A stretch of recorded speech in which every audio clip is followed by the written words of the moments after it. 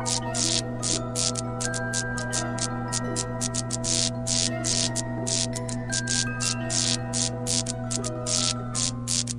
yes, people, welcome back to another episode of the Ghostoul Podcast. Each week I interview the very best in the paranormal, and this week is no exception.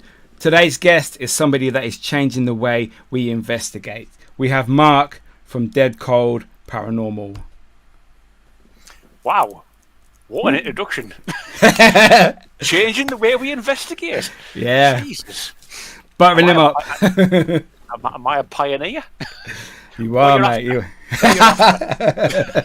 I'll tell you later. Oh, fantastic. So how you been? How are you, sir? How are you? I'm very well, thanks, Miki. Damn nice to meet you. It really is. As I've said before, I used to watch you years ago on UK Haunted, and before I even started doing all this kind of stuff, and it was obviously partly your guys, Ouija Brothers, and a few others that kind of like inspired me to actually do my own thing, really. So, yeah, grand stuff. Wow. So, see, I never knew that until a couple of weeks ago when we had a little chat on Facebook, and I'm like, oh my God. Like, I've been watching your stuff for a long time. I did not know that I inspire anybody, let alone yourself. Crazy. That's cool. It's good. Just on the water tonight. Oh, that's all right. I'm on the coffee from work. I'm glad to see you changed your room around there. Is it the same room you were in before when you had all the lights in the ceiling and what have you? Oh, that was in my old house. Yeah, all right, yeah. I had a cloud ceiling. That was yes, that was unbelievable. It's like like a party. Yeah, this is not my house, so I can't really do on this one. But who knows in the future? I did quite like that. So. So, Mark, for those of the people listening and watching who don't know who you are, if you could just give us a little rundown of what you do and who you are, really. Well, my name is Mark. I run a YouTube channel called Dead Cold, formerly Dead Cold Paranormal, but I just use Dead Cold there now because I kind of like starting to slightly branch away from total paranormal investigations. It's not saying I won't do them again, because I will. But anyway, that's not where we're actually going to start at, is it? Because we need to start at the beginning, and end at the end. So years ago, as I say, I used to watch yourself, used to watch the Ouija Brothers, and it all kind of started. A few people that watch my stuff will have probably heard the story before, but all started really when I wanted to go to Nottingham. This was just before COVID kicked in, and we were going to go to the haunted museum and antiques place there. It used to be in the old cinema back then. Yeah, it did. That's an awesome place. Yeah. I never got to go to the cinema place. I've been to the new one. Actually, no, I haven't been to the new one. I've been to the transitional one. So they went to the Hopkins building. There's been 3, hasn't there? Yeah, there has. Yeah. I've not been to the third one, the new one. Yeah.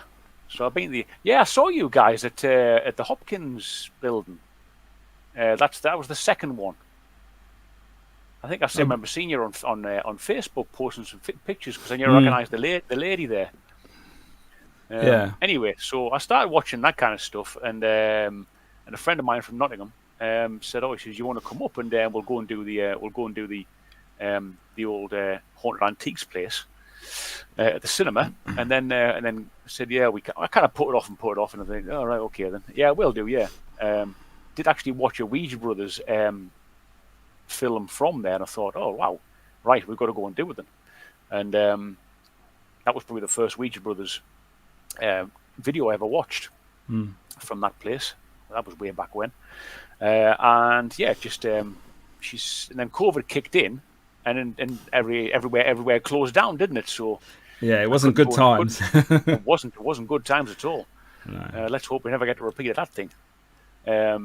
But yeah, so I just decided, well, I'm going to start doing it for myself, and so I started researching like local areas. And the first one I was going to do, and I still haven't done it, is and I've done a podcast story on it. Is the old church at Ellsborough, kind of just over the Hertfordshire Buckinghamshire border into Buckinghamshire. It's a lovely old church, and it's got a story there as well about a ghost story that like a shadowy figure has been seen on a few occasions going up the path, kind of thing. So and it's that what kind of like inspired me really to actually start doing this the way I do things. So I love the folklore tales, I love the ghost stories, and I wanted to go and see these places to see if there's any kind of like reality in it. As I discovered many years later, there's not really that much reality in it. But you still love the folk stories. I love them. I absolutely love them. And so it's just gone on from there. I didn't actually do that. In the first video, I went to a Cold Christmas church and filmed it off my phone. I just went there during the day. Cold Christmas church, for those that don't know where it's at, it's like the northwest corner of Hertfordshire, near a place called Ware, W-A-R-E. Where? Where is it? Exactly. You could go on all night with that one. You could, yeah. I've never actually been there. People have told me you got to go Cold Christmas. Amazing, very active, but I've never managed to get there.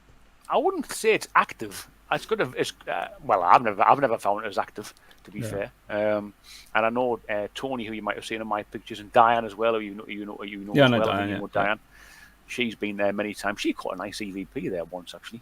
She's got great EVPs, and there's a lady in the background. Nobody there at all. It was winter, and you hear somebody in the background. She got it enhanced a lot, and it mentions something about a train. It's bizarre. Anyway, read into that what you will, but it's So I just like to do the honest way of doing things. I'm not going to begrudge anybody that wants to entertain everybody with things jumping out left, right, and centre, things getting thrown around all over the place. If that's for them, then so be it. Let them get on with it. It's not for me though. It's not for me. I just like to go down the honest route all the time. What you see is what you get, and there, that's it, man. It's just gone on from there, really. It's just gone on. I did a lot of the local places. I've started meeting other people, and obviously going there. You obviously know, I know the Parallel Activities guys. Yeah.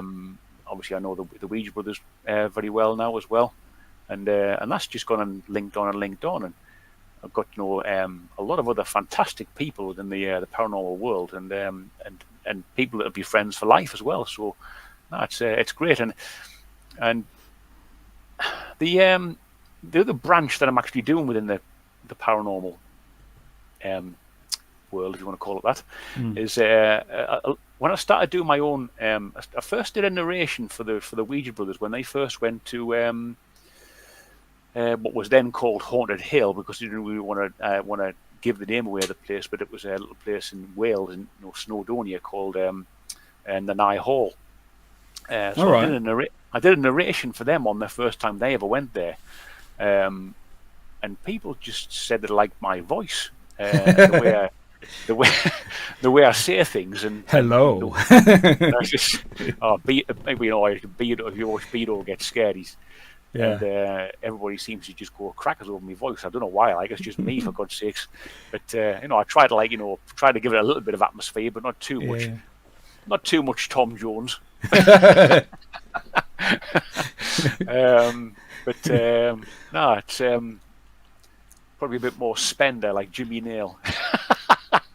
Nothing wrong with Jimmy now. All right. It's just I now do, like, I've done a few podcast stories as well, and I do, and I tend to do more of that as well. I tend to tell more stories. I'm hoping to actually get in there, and if Kate Sherrill is watching this, she's got a fantastic poltergeist story. Please send me that, Kate. You said you would. Come on. I'm sure she's watching. She's got a fantastic poltergeist story of her growing up as a young lady, a child and young lady at her house. She told it not at Parameet Midlands just gone, the one before, and I was getting goosebumps just going. Unbelievable story.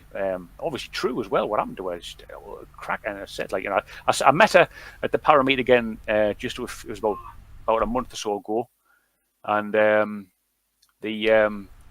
she said to me, I said to her, do you mind if I just narrate your story that you told last year? She says, yeah.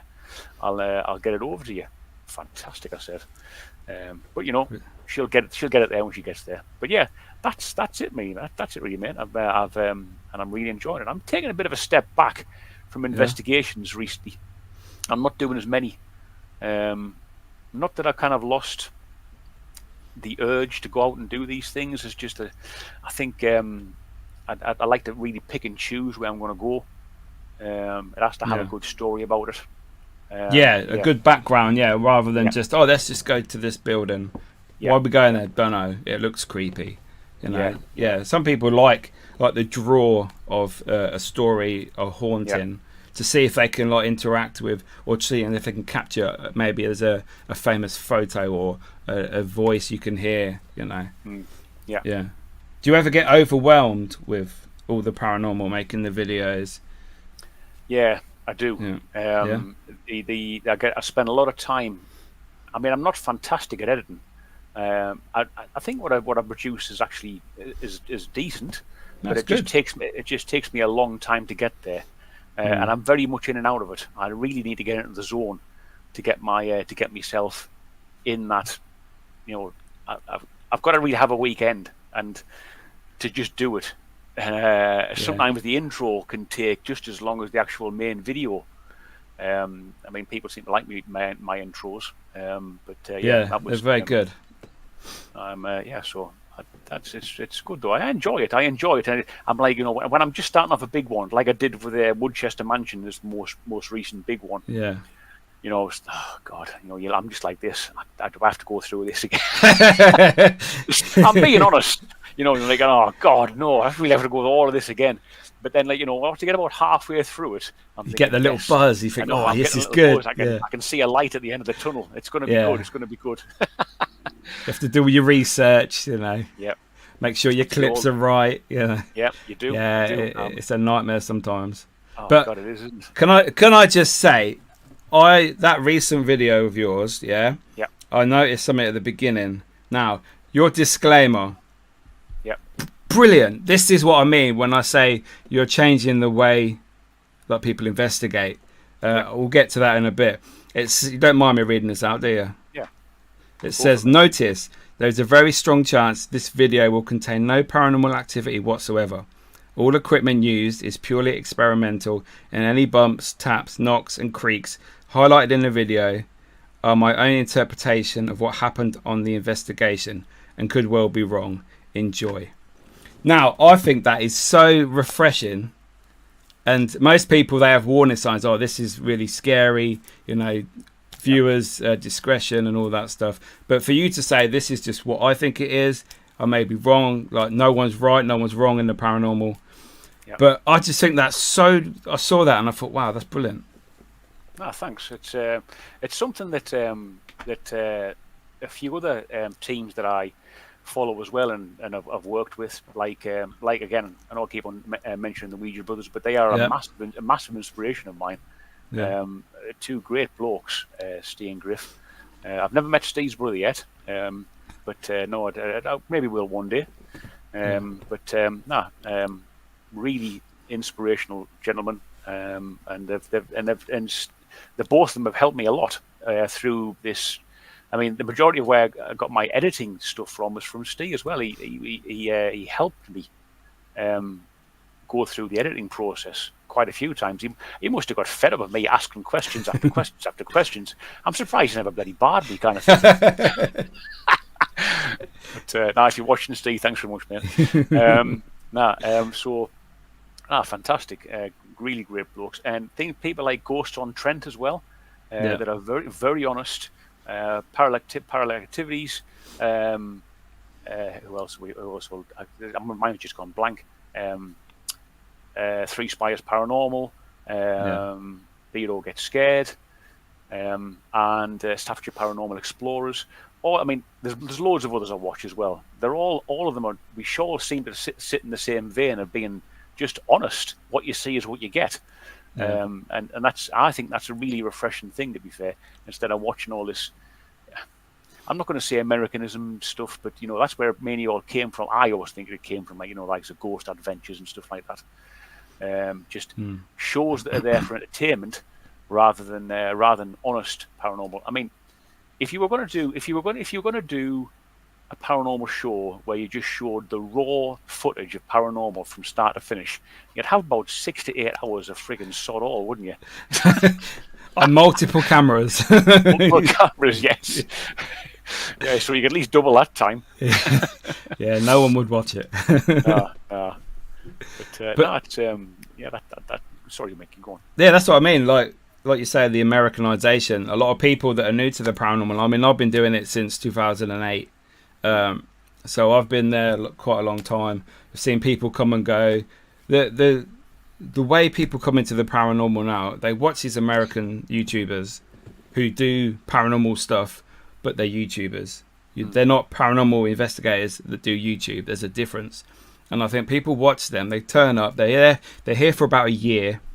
They copy what they do. They buy all the gadgets, all the gizmos, spend a fortune, and then think, oh, our views are going down. Why are our views going down? Because people now, they're realizing that, like you say, yourself, Ouija Brothers, Ghost on Trent, they're showing stuff that isn't the amazingly exciting. Wow, look at all these things flying around, bangs, voices. Yeah. People are now realizing that, I think there has been a turn within the paranormal YouTube culture and on social media. And like you say, you're part of the new trend, as it were, that's just being honest. I mean, I'm honest in my videos, but it's I think it's refreshing to see. And like, otherwise you'll get attacked by Beardo. Well, that's it now. I'm friends with Beardo. He's just going to slaughter me if I do any tomfoolery. Yeah. He'll be watching. Send me your footage. I've sent Beardo a few things before because he's very good at there's other debunkers as well that I watch. So you've got Parple, you've got who doesn't really do debunking much anymore, but he used to do it a lot. And World of Mr. Grey, Kenny Biddle over in the States, America, Mythos Paranormal. He's a northern lad as well. Durham, I'm trying to get him. I'm trying to get him on the show. He's not as good as me. Yeah, everybody is brilliant. Just joking, mate. Now I'm going up to see me. I'm going up to see me mum in September back up north. Yeah. So I'm going to try and see if I can meet up with Mythos because he has mentioned about when he started obviously hearing my voice. He was asking where I was from, and I think he's from actually County Durham as well. So which is where I'm originally from. So hopefully we might. When you're up there, give him a nudge for me. Get on the show. I was going to shout out to an American team that have been very inspiring to me as well, and that is Amy and Ryan from Amy and Ryan's Weird Adventures, and they used to be they've actually just gone back into their old name, Full Dark Paranormal. So I used to watch them as well during the early days, and they are a very honest couple of Americans, a couple, and now engaged as well. So, that's good. And I have actually met them. They came over here from the States to do a bit of a European tour, almost like a macabre tour around various bits of Europe. So they went and did London, Paris, did the catacombs down there and all that kind of stuff, and vlogged all the way through as well. So and then when they came back to actually fly out from Heathrow. We met them up on their final night. So myself and Laurie and Jones, who you know from Howard Horns, we went down to London and met them. They had some dinner with them, a few drinks. We went down the east side of London, went to the 10 Bells, where the Jack the Ripper pub. I bet that was good. That was fantastic. Yeah, it was great. That was fantastic to meet them because they were absolutely fantastic couple. They really are. And hopefully, you never know, one day I might get over to the States and see them. That's the dream. That's the dream. So where would you go in America if you were meeting up with those guys and they said, "Oh, come on investigation"? Where would you want to go? They're in Albany, state in New York. Okay. Not that makes any difference to me because my geography's terrible to you. But no, they've been to some fantastic places like Waverly Hills, Indiana State Penitentiary That's a fantastic one of their videos that I absolutely love, and I've watched it several times.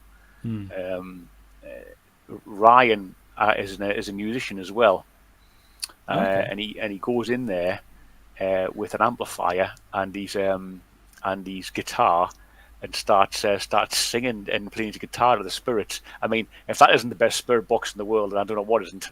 That's brilliant. You might get him a bit active. Come on. Let's go. Yeah. Brilliant. Absolutely fantastic to watch. Yeah. But no, I'd love to do something like that. Again, you'd love to do like the bigger places like the Stanley Hotel. Although they say I've read something recently about the Stanley Hotel. They're saying that there is a certain element of the story to the Stanley Hotel that is true about a suicide kind of thing or something like that.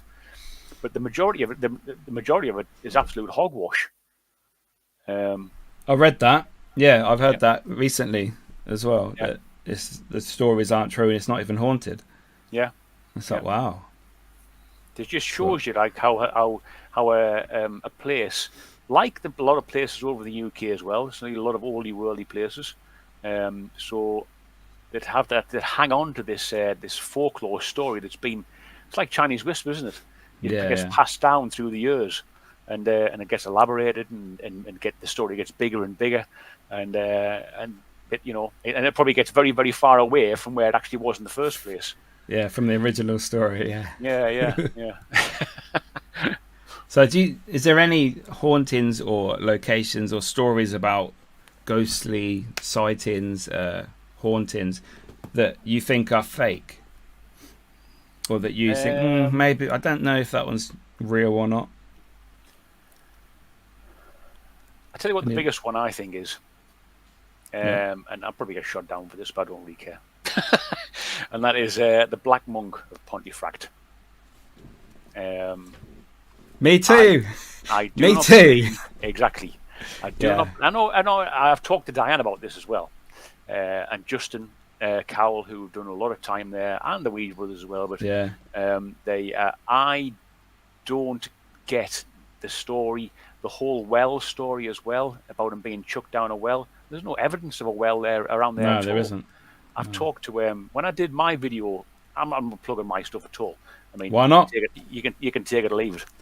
But when I looked at doing because I really wanted to go hard at the beginning for like the story that I wanted to put across about East Drive. Yeah. So I talked to Mike Cavell, who you might know. Yeah, I've heard of him. He's a historian and paranormal investigator and a criminologist up in Hull. Yeah, he likes werewolves. Yep. Yeah. He did the piece on the werewolves when apparently there was a werewolf running around Hull. I remember a few years ago. I didn't know about that one. Yeah, that was 2016, I believe. Yeah, right, okay. Yeah. Interesting. Yeah. Another fantastic story. Yeah. But no, so I even asked him about, because he went back in the local maps, going back in decades, and try to find this, because if it's a well of any kind of, if it's actually a proper well that people were drawing water from years and years ago, it'll have been marked on an old ordnance survey map. Yeah. There's nothing there. There's nothing there at all. Not anywhere near the. There are wells marked around like the whole of Pontefract on centuries gone by, but nowhere near East Drive and the whole vicinity of that estate. Nothing at all. I mean, that is just one. My theory is that obviously that it used to be a battlefield around there, and it is well documented in history that there was a battlefield. It was a battlefield because it's called the Chequerfield Estate, and there was a battle of Chequerfield. So you could argue the fact, if you want to believe that, if when people die, if they die suddenly or in dramatic circumstances, if the spirit leaves them and doesn't go anywhere, just stays in its place, that a battlefield, if an estate was built on a battlefield, there could be many different sightings of various paranormal comings and goings around the entirety of the estate. And apparently there is, not just in that street or in that area. There's other areas of the estate as well which have been known to be active. So yeah, I went back to East Drive last Halloween. I was there with Mark and Rich from West London Paranormal, and we were getting nothing really, and we were doing an Estes method with the spirit box, and we were getting a lot of information about the battlefield, about the battle, the war, weapons that were used. And during the daytime, before we went to the house, we went to Pontefract Castle.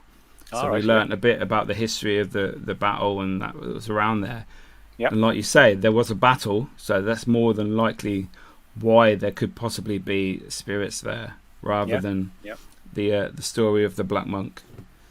There was also at the top of the estate, obviously where 30 East Drive is, and there's a roundabout just up further road and opposite.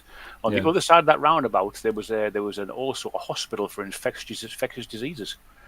Oh wow, didn't know that. Yep. Oh, so that could be lots of. Do they have patients there, or is it just like a drop-in? Do you know? I don't. It isn't really. It's a bit sketchy, the history behind the whole thing. It's just known as the.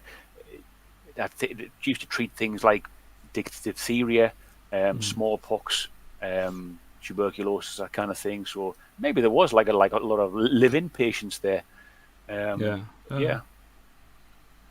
It's amazing what you can find that you don't know about, and especially in your local area, like it could be where you live, where I live, and it's just like wow. Like for example, the cemetery where my nan and granddad are buried, there's a woman in there called Violet Gibson. Never heard of her before, and she shot Mussolini. Wow. In Italy, she tried to assassinate him twice, and she missed. She hit him, but he didn't die. And the locals, because he was at like some like press rally sort of thing. Yeah. And the locals tried to get her and obviously lynch her, but the police took her away, and she got sent back. She got sent back to Northampton, where I'm from, and where this cemetery is, and she ended up living her days out in the local old St Crispin's mental asylum, which is my favourite ever location, which is the outskirts of my town, and it's just like wow, I've never heard of that.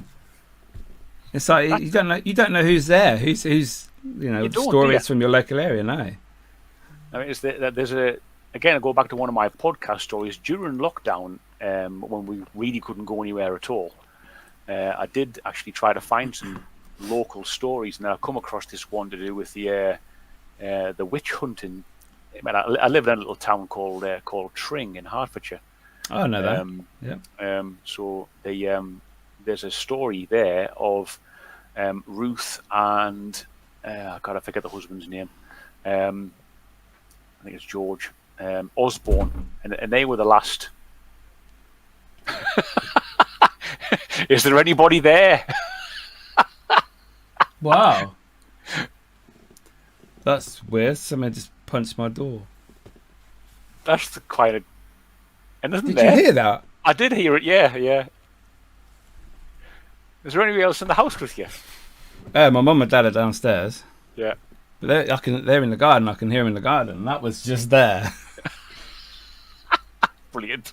Okay, fair enough. Fantastic. Oh, dear. Look at this paranormal activity live on the stream. You heard it here first. Can't make it up. Mickey York's bedroom. Haunted as hell. I got my haunted doll Janet just there, so you never know. Yeah, that evil. Never know. Yeah. Sorry to interrupt your story. No, that's all right. So I found that there was it was called it was apparently the last illegal witch hunt in the area. So it's a harrowing tale, to be fair. It really is, and it's again I plug my own stuff, but it's on my podcast, and I did I've done a video there as well. So as I couldn't really get in the car and drive anywhere, I walked to all these various areas where parts of the story are taken from. Yeah. And I even I looked and looked and looked because she was him and her husband were ducked, and the only pond that I could find was probably about 2-3 miles outside of Tring. And the story did say they were taken from Tring's workhouse of the church in Tring to 2 miles away to Marsden Mere Pond and ducked. Yeah, and then I went to the final crossroads where they hung the guy that ducked, because he was obviously it was an illegal witch hunt, so he was tried and hung for it on a gibbet. Oh, wow. In a place called Gubblecote Cross. Get that for a name. What a great name. It was fantastic, and it's like right out of Harry Potter, that one. Gubblecote Cross. Fantastic stuff. So you mentioned your podcast that you have. Is it called Dead Cold Tales, is that? Dead Cold Tales, yes. So it's on Spotify as well, and various podcast station platforms. So what does that entail? Is it only paranormal stories, or is it like you probably mentioned, folklore stories? Yeah, it's mainly paranormal and folklore stories, to be fair. One of the best ones that probably has been probably the most successful one really is the legend of Spring-Heeled Jack, which started off at London. Did quite a bit of research for that one. But yeah, fantastic story, I must say. And again, folklore tales, the way they spread around the country. Obviously, it all started off in London, kind of thing, in centuries ago. I can't remember the dates, to be fair, even though I mentioned the dates in the stories.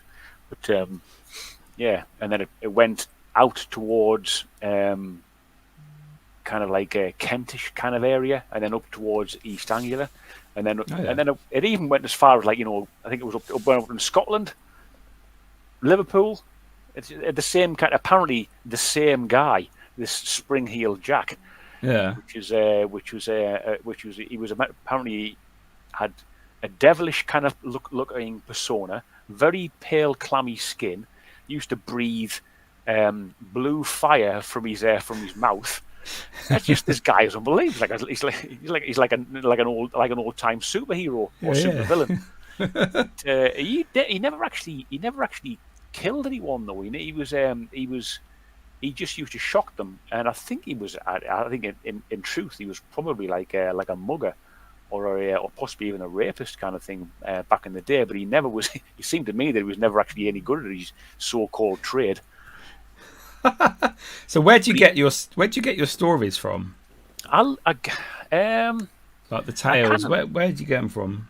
I get them from the internet, to be fair. And I've talked to a friend, Lindsay Sivida, who's a crime historian, and I'm in with the Ghost Club as well.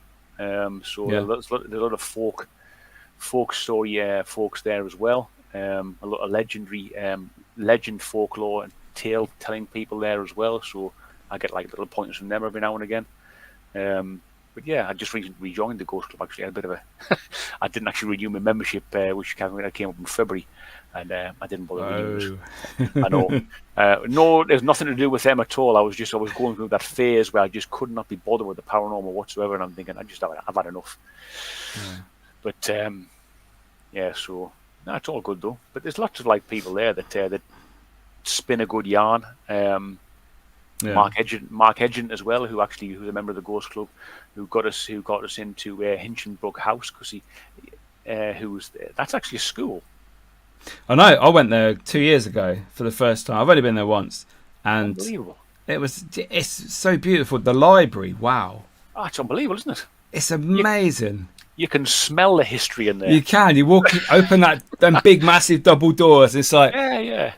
It's like, wow. It's like on the films. Like these old mansion houses with all the library and all the books are still there. It's like crazy. Yeah, unbelievable. I mean, Mark used to be a pupil there as well back in the 70s, I think it was. Yeah. He's a historian as well and a paranormal enthusiast.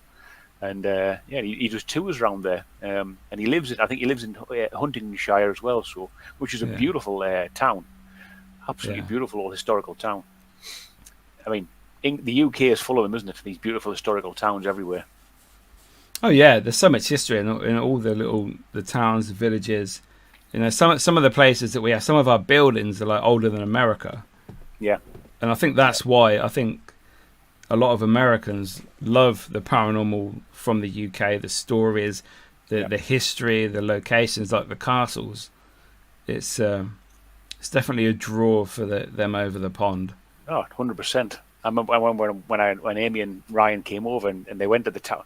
They went to the Tower of London and filmed themselves there at the Tower of London. Ryan was like hugging the walls. I'm here. So excited to be like a kid in a candy shop.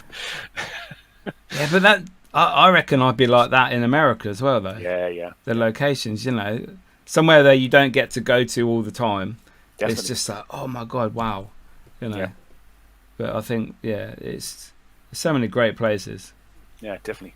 But I think we should be proud in the UK for the locations that we have, because of the history, the tales, the kings and queens. Cromwell has been to every location in half the country. He seems to be, doesn't he? I think between him and Henry VIII, they get mentioned, and a lot of the places I've been to, they seem to have a mention. Yeah. Either the Cromwell family or the Henry VIII devolution of the monasteries. Yeah. It always seems to get a mention. I think the English Civil War gets a lot of mentions everywhere in the UK history books. And it was a big influence on how it changed the whole landscape of the UK. Really, fantastic. Yeah, there's a local pub near me, and I drive past it on the way to work. And it used to be the morgue for Cromwell's fallen soldiers at the Battle of Naseby. Yeah, and it's just like it's crazy. I mean, I don't know if that's true, but apparently he was there. Yeah, It's just like wow, and it's also in the centre of Northampton. There's like on one of the side streets in the main town centre. It's like a red stain on the pavement that's always in it, and you can't get rid of it. They say that's where Cromwell was like injured, or that's Cromwell's blood. And I learned that when I was little at school. We did a trip throughout Northampton. And it's just like, I've always remembered that, and I thought, that ain't true. That can't be true. It's probably some ketchup from a kebab or something. Somebody's had a bad night out and chucked the kebab on the ground. Exactly. Sit down face first. But it's stories like that make these little make these towns and villages, something to be read about. I mean, there's on the way from where I live in Tring down towards where are we at? Hemel Hempstead on the A41. As you're going down towards Hemel, in a field just before you get to Hemel, there's surrounded by cows and stuff like that. Yeah. There's normally like black and white cows in there, and there's like a little post. It's about it sticks out of the grass by about 2 or 3 foot, and there's actually a folklore tale about that post. It's got its own little fence around it, and apparently, if you go there at a certain time of the year, run around it 3 times, saying somebody's name, and the name escapes me. It really does. Then this person will appear. But that's there in a field, and it's just been there forever and a day. But they're the best. They're the best stories, though. Yeah. That's and it's that kind of thing that I really love. And it's the folklore and the legend about these places that really piques my interest. Now, probably piques it more now than it did when I first started. Even though I did like the stories, and the story was the draw to go to these places. But now I've been in. I haven't been there. I'm not like a massive expert on. I don't believe anybody's real expert in paranormal on something that's so, I don't know, not in touch with reality, so to say. You can never say that anybody's an expert. Some people obviously may be more knowledgeable than others on certain places. Yeah. But it's such a wide topic of conversation. It branches across all aspects of the strange, doesn't it? It does. It definitely does. But so there was one. I think it was one of the first places I ever went to was the House That Cries in Wolverhampton. Have you been there? No. Is that one with the paintings? No. Apparently the the house has been, because it's an old, it's Wolverhampton's oldest house, and it used to have a moat around it at one point. Okay. Obviously, there's a housing estate around it there now. So, but I never really expected anything. I obviously went there with John and Neil and a few others from Para Activities and a few other guys and gals. So we all met in the pub first. We went up. So we got told where it was. So you're driving up this main road, and you've just got 30s style, 50s style terraced houses going up this road, just like a standard old, typical British 2 up, 2 down terraced houses, just constantly lining the road. You get to this this junction, and you go up, and again it's just these houses are still up there, and then you get to a cul-de-sac at the end, and there's a road goes that way to another house, and then there's a road goes that way, and you're looking at some massive black gates. Just says Graiseley Old Hall. Oh yeah, I meant to have been there recently, but I haven't managed to get there yet. Yeah. Oh. So it's a wonderful old place, and the beams that are inside of it meant to have been actually made from a ship. And again, it's one of those places where apparently they can't explain where water comes from every now and again. I'm thinking, well, it's probably like a busted radiator, but there's the unexplainable pools of water appear through the beams, and they say it actually comes through the beams itself and not through the ceiling. Hence why it's called the House That Cries. And the BBC even did a documentary about it years and years ago. Whether they found anything, I've not actually seen the documentary, but that's what I'm told. Yeah. But, no, fantastic old place, and apparently we got some questionable things there when we were there. Did a fantastic estate. They've got like a red room, which is a wonderfully atmospheric room. God, it's unbelievable. It really is. It's quite a decent sized room, and you all sit around this big table, and there's a big mannequin in the corner, like a tailor's. Hasn't got a head, but you know the old wooden tailor's dummies kind of thing. It's like a stalk where its head would have been, kind of thing. Yeah. So it's dressed in this this period costume, which just sets the atmosphere, and the whole house is decked out in proper period stuff. So it really you can smell the beams when you walk in as well. It's you get that smell because you've been there to Moot Hall. Yeah.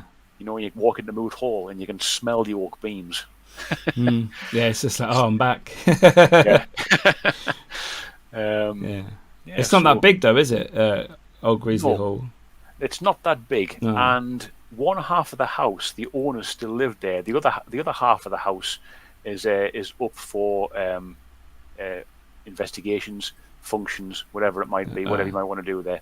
But apparently, as well, we have heard on occasion that there's actually, because there's a couple of rooms upstairs, and you mainly get the full room of the house. But the second time I went there was actually one of the rooms was actually rented. So it kind of puts and they were there when we were there. So that takes away some of your possible evidence. It does. Unfortunately, they should kick them out when you're in there. When they hire it out, they should kick people out.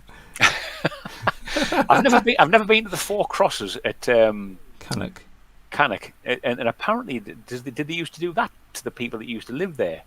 I don't know. I've never been there. I've heard it's quite good though. Yeah. Yeah, people go there quite a lot from what I've seen online. Yeah. But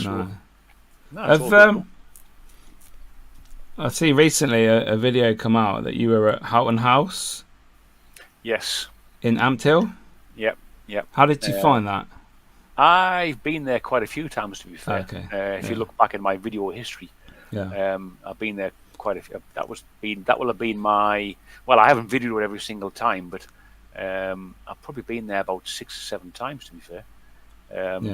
I've brought 3 videos from there, or two that are actually on there. I've got one in the can where they went there last with Beardo, Nick from Walking the Weird, and the Dorset Paranormal Investigators.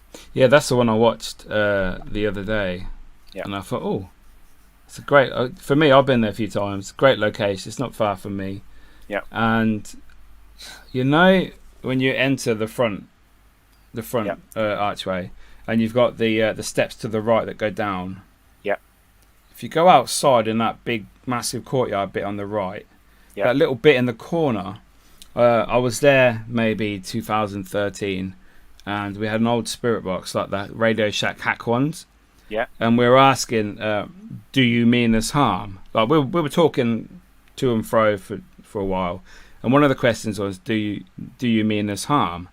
And then within like a couple of seconds, it come through, kill the sea. No way. Clear as day. It's on my YouTube channel. It is so clear.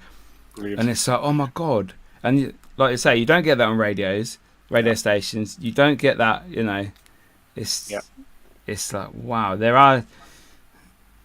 We have captured some good stuff at that location. And the fact it's open, obviously it's a bit windy certain times of the year. Yeah. So some of your evidence is a bit... it ruins it sometimes, but it is such a good... I mean, the history, it's crazy. The history's fantastic.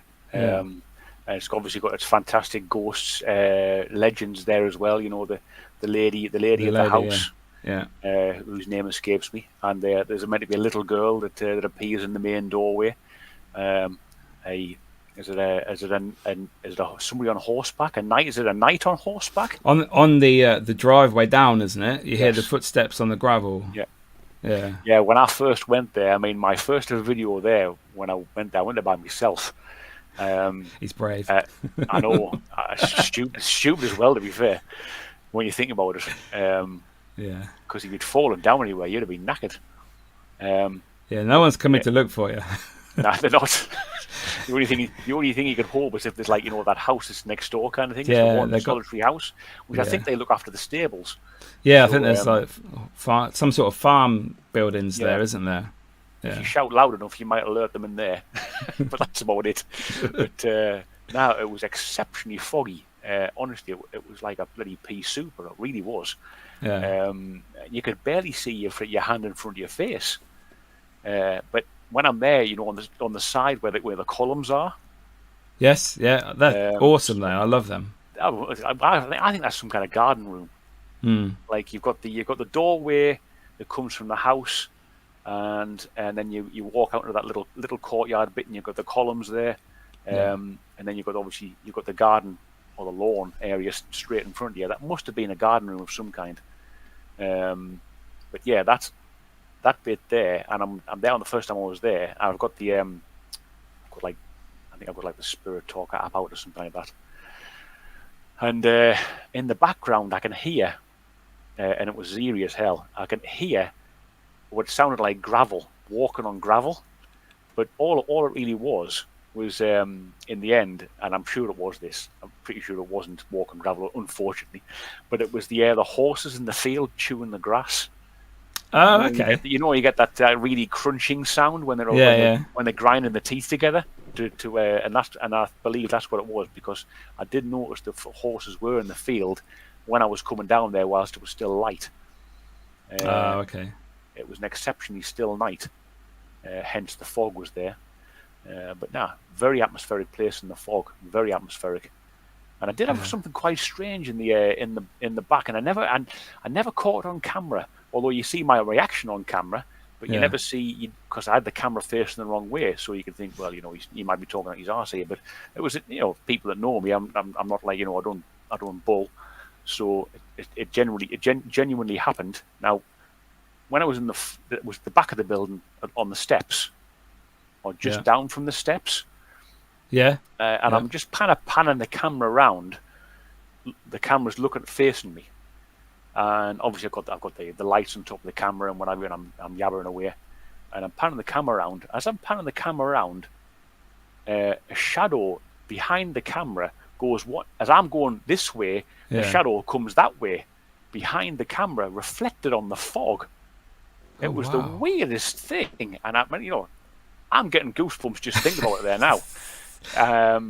It was the weirdest thing. I mean, whether it was actually a mirror opposite of as my camera's passing and the light's passing me, maybe it was my own shadow reflected on the fog.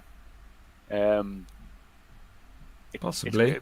It possibly been, I don't know, but it was definitely a shadow passed by the other side of the camera, and I freaked when I said like, oh, what the fuck was that kind of thing? You know, really like it got me heart going.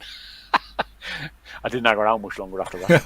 I'm not surprised. The fact you're on your own, I'd have run. So if you've been to Houghton House and Cold Christmas, you must have been to Clophill. I have not. I have been to Clophill, but not like you've been when you were with UK Haunted. You've never been. Oh wow, you missed out. I've not back been to in the investigate day. the place. Yeah. Yeah, because they've changed it now. They've done it up. They've put eco lodges for like ramblers to stay overnight, and they've got sensors there, and it's all like all posh. To be fair, for a creepy location, I preferred it when it was full of graffiti, and it was just old. It had the stories. You probably know about all the folklore and that, and the people that used to desecrate and dig up the skeletons from the graves, grave robbing, to do rituals and that there.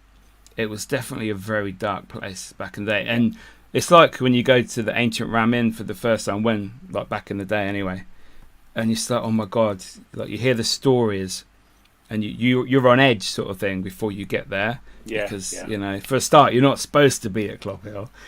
Yeah, you're not. Because back in them days, they used to have the police doing patrols.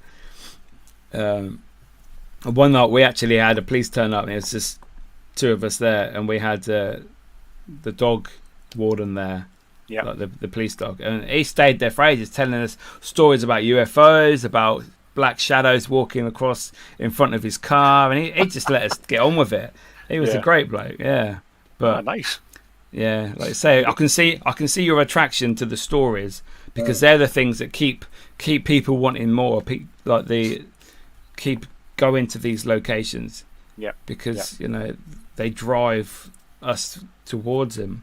Yeah, definitely. And I imagine that's why your podcast. You do that all the time? Is it a regular? No, I don't. I'm not really. I just do things willy-nilly, to be fair. It's difficult. I imagine there's a lot of research and takes a lot of time to get get these stories. I've got a full-time job. I do a lot of commuting into London. You know, I'm out the house. I'm up at 5:30 in the morning. I'm not getting back in the house till like nearly 6 o'clock most nights. You know, I've got a family. I've got Mrs. Kids, dog. So it's like, you know, they've all got to come before. Well, my missus will say, well, it doesn't come before her. I always say that. Yeah, but no, it does to a degree. It does, and it has to be fair. You have to just, you know, and I'm not as active investigating as I used to be, purely because I just haven't actually got the time. I haven't got the time. Probably haven't got the money to actually go to these places. A lot of the places I used to go to a couple of years ago, you know, were all just kind of like small change or free, even, you know, like ruins and stuff like that you used to go to. Yeah. But once you've done them all a few times, you want to go to somewhere else. Now, I'm not saying, I'm a strong believer in, if you want to go to a place, you need to go to that place 10, 20, 30 times to where you deem it for yourself, or for your own purpose anyway, whether you deem it paranormal or not paranormal, haunted or not haunted. It's like I keep going back to, you know, the likes of Steve Griff. They must have gone to where, and when Paranormal Truth were around, Justin and Dale, they must have done East Drive 40, 50 times, and probably got some questionable activity there 3 or 4 of those times.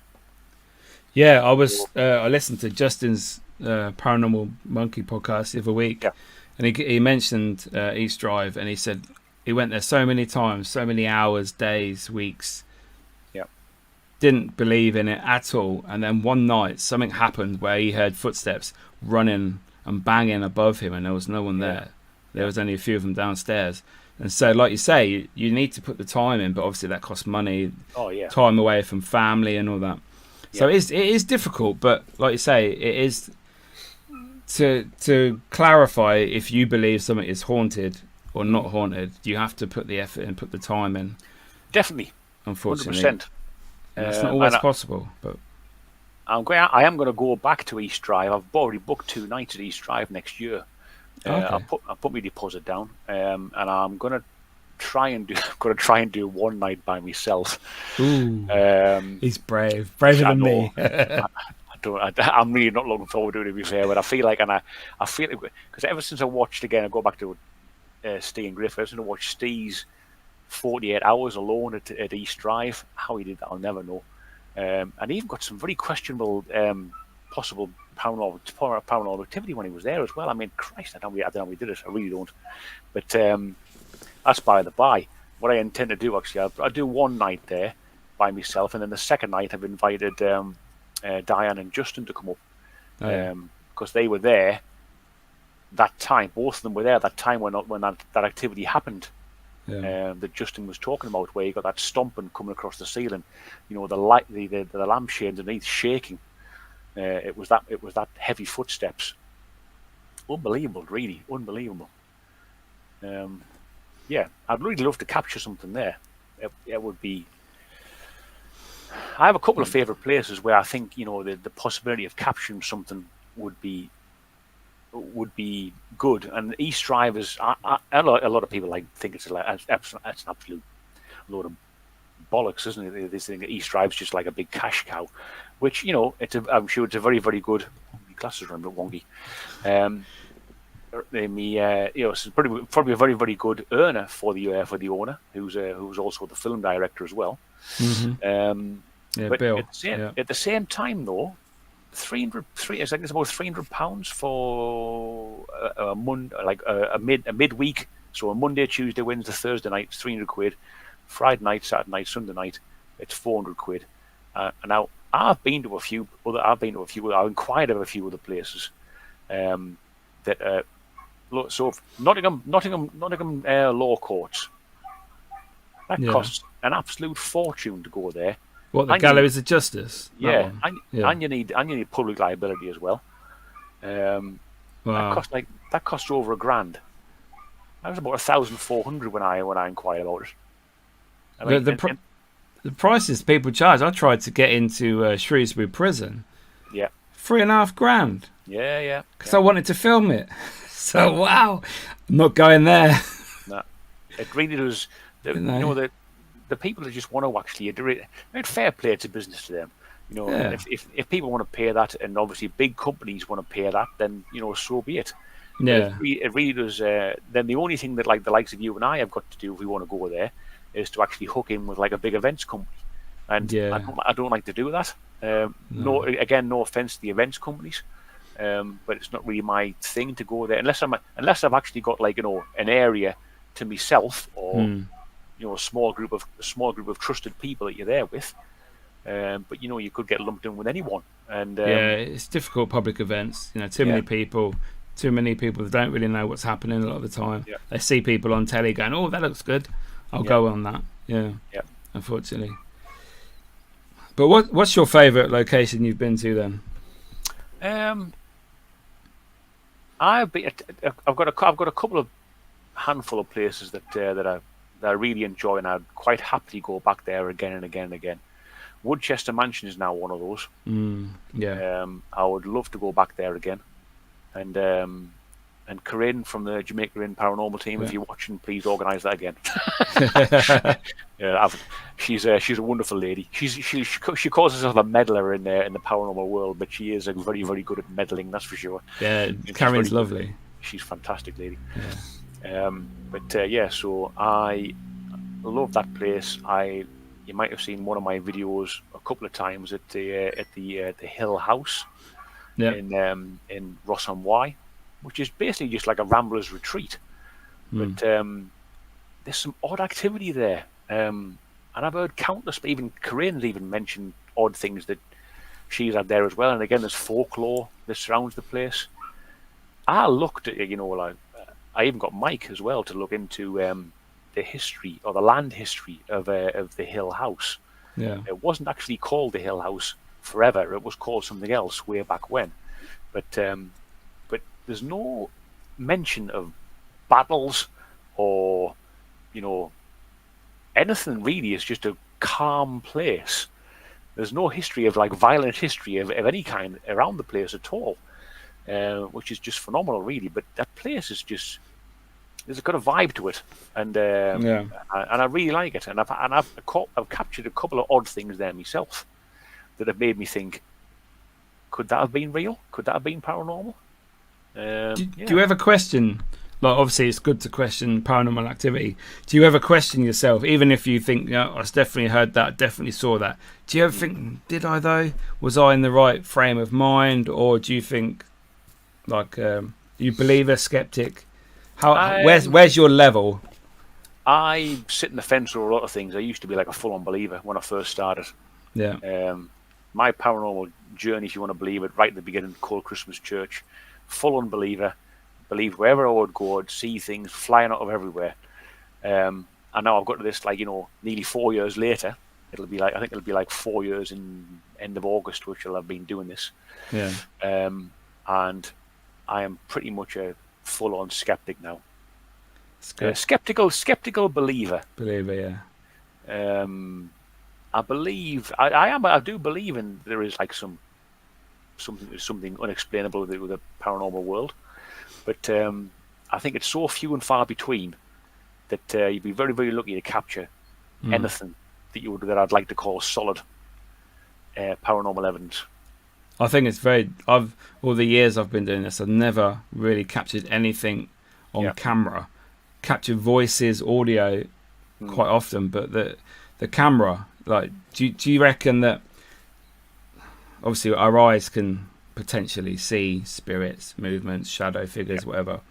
Do you think that cameras that we use are not capable of capturing this sort of the being or whatever it is? Because back in the old days, you had the photos, the still photos that people would take on cameras. There was no Photoshop, CGI, anything like that. Like, you're talking 50, 60 years ago, some of the famous photos of spirits or potential spirits. So what do you reckon about the equipment that we use to capture? Is that one of the reasons why we can't capture it? I think one of the reasons is that you can't capture anything on film that I'd like to call. I mean, let's say for argument's sake, if you and I went out to Horton House, caught a fantastic shadow figure on camera, we both saw it, it's on the video, and it's there in black and white. If we edit that video, get it out on YouTube, people wouldn't believe us anyway. No, they wouldn't. Never going to happen. No. So, but you've got to know for yourself. If you can know yourself, then it's all well and good. Do cameras capture paranormal evidence? I'm not too sure. I mainly just take my camera so I can actually make a video, if I'm being honest. Obviously, with the hope of actually capturing something on camera. I've caught voice phenomena on my camera when I've been videoing before.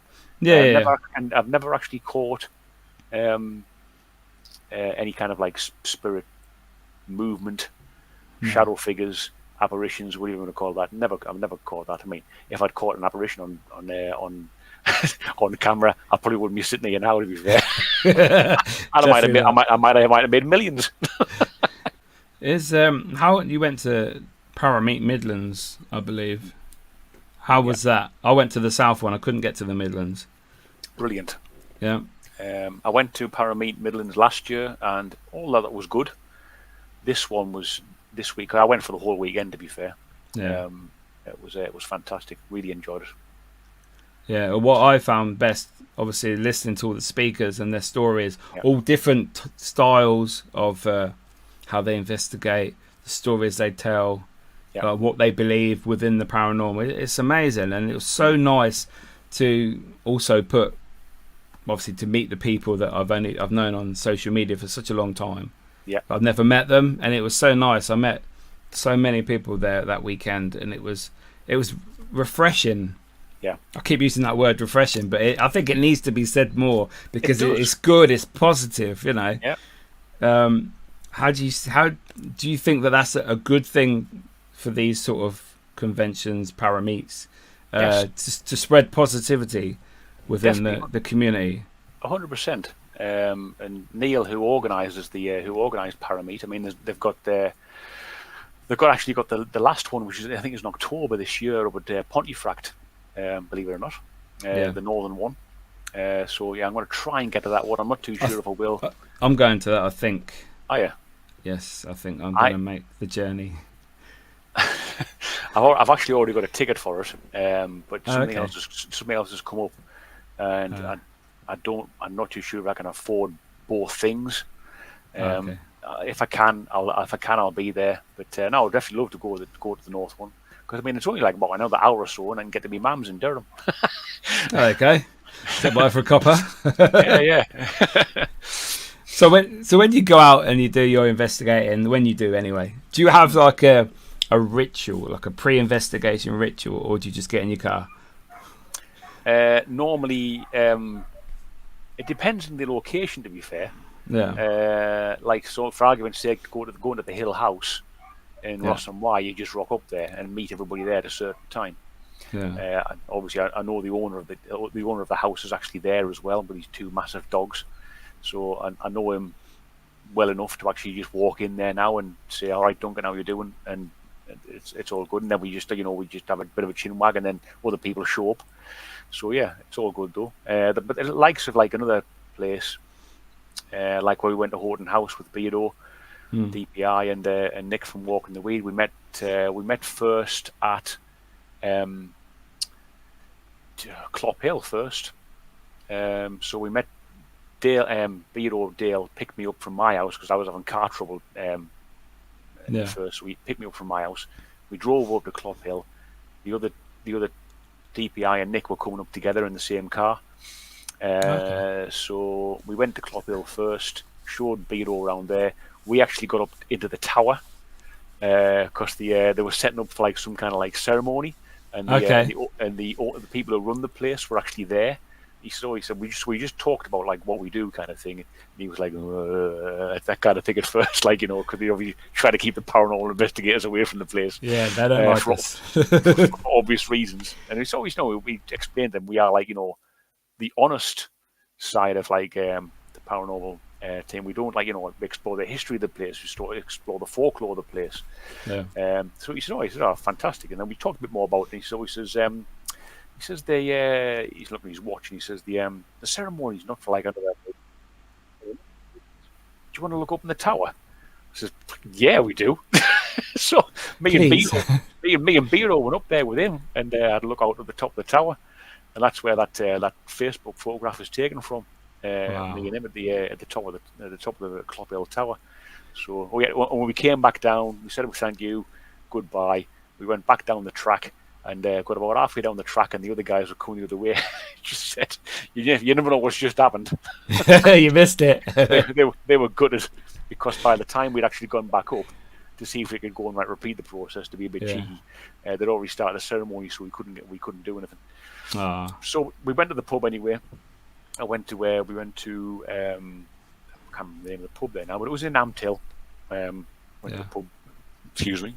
Went to the pub there and had a pint and a good meal and a good chin wag. But that's what I like to do first, if we can. Yeah, definitely. We'll go to the pub and we'll have a chin wag and a pint, and then we'll see what happens after that. Make a plan whilst we're there, because it's difficult sometimes when you're actually looking on there. Get a messenger group together or a WhatsApp group. I always like to chat face to face really more than anything else. Almost like you and I are doing now, kind of thing.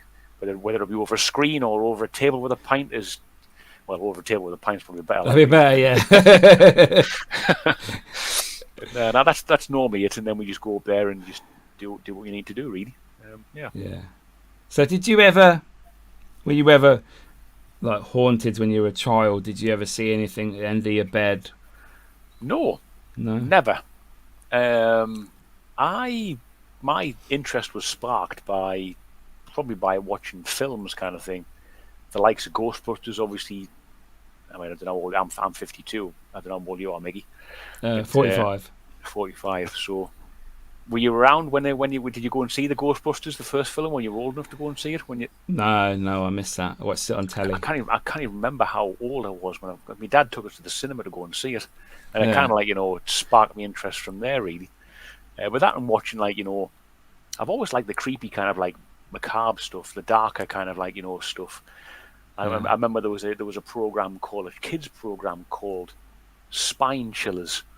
It was just like a story, like a spooky story time, like a bit like Spooky Jack and Ori.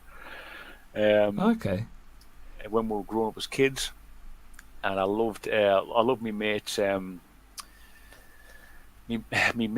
brother had a mate whose brother who was quite a bit older than us, but he had like the Hamlin Book of Horror and the Hamlin Book of Ghosts. Yeah. And I used to love reading all that kind of stuff. But yeah, I've always been that kind of like fantasy kind of wizards and witches, that kind of stuff. I've always loved that kind of stuff, and for me to get into that kind of area was fantastic. So why do you think it took? Obviously, I don't know when you're sort of talking about. Obviously, you like these stories with the films, the books, and that. So what was the reason it took you so long? So you've only been doing this 4 years now. Yeah. So what was the reason for the large gap, or was it just personal circumstances? Probably just thinking like obviously because we all grew up as well, and I'm sure you did, watching Most Haunted. That's what got me into it. I'd never seen a ghost until I started doing this sort of stuff. You never saw a ghost until you started watching Most Haunted. Yeah. Oh, look at that. Things flying everywhere in that goddamn place. Pebbles. Oh, God. Pebbles. Knife. Chairs. Rope. Yes. Oh, God bless them. I'd still watch one. Even if they brought one out now, I'd still watch it. Yeah, it's just interesting.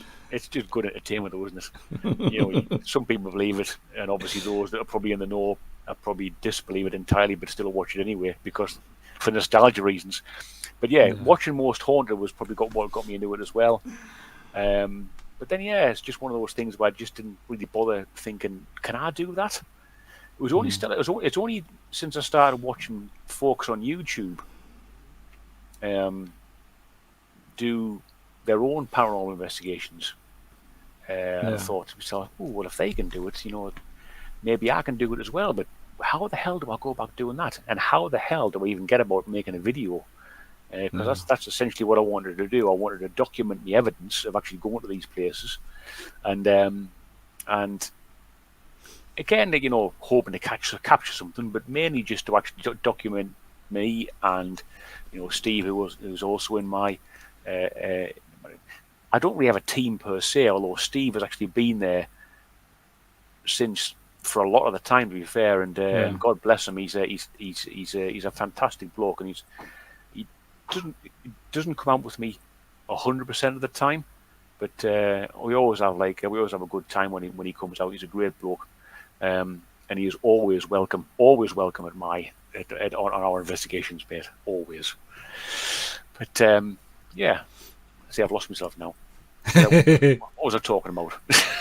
It was just actually watching YouTube guys and then getting out and doing it and thinking, well, can I actually get out there and do that? And well, obviously, I can now say yes, I did end up doing that, and I'd like to think every investigation has been done to hopefully the best of my ability. Look at this. The ghost cat. Oh, peeping through the curtains. Hello, Jerry. Hello. He'll be next. So I got a couple of questions left before we finish. So, bucket list location to investigate anywhere in the world. I'm going to take you there now for however long you want to go there. Where are we going? God Almighty! You could have told me that before you actually you were going to answer that kind of question. God's sakes! I'm going to have to go somewhere in London, somewhere in the UK, and it's probably either going to be a toss-up between the Tower of London or the Edinburgh Vaults. Edinburgh Vaults are done in the daytime, never done nighttime.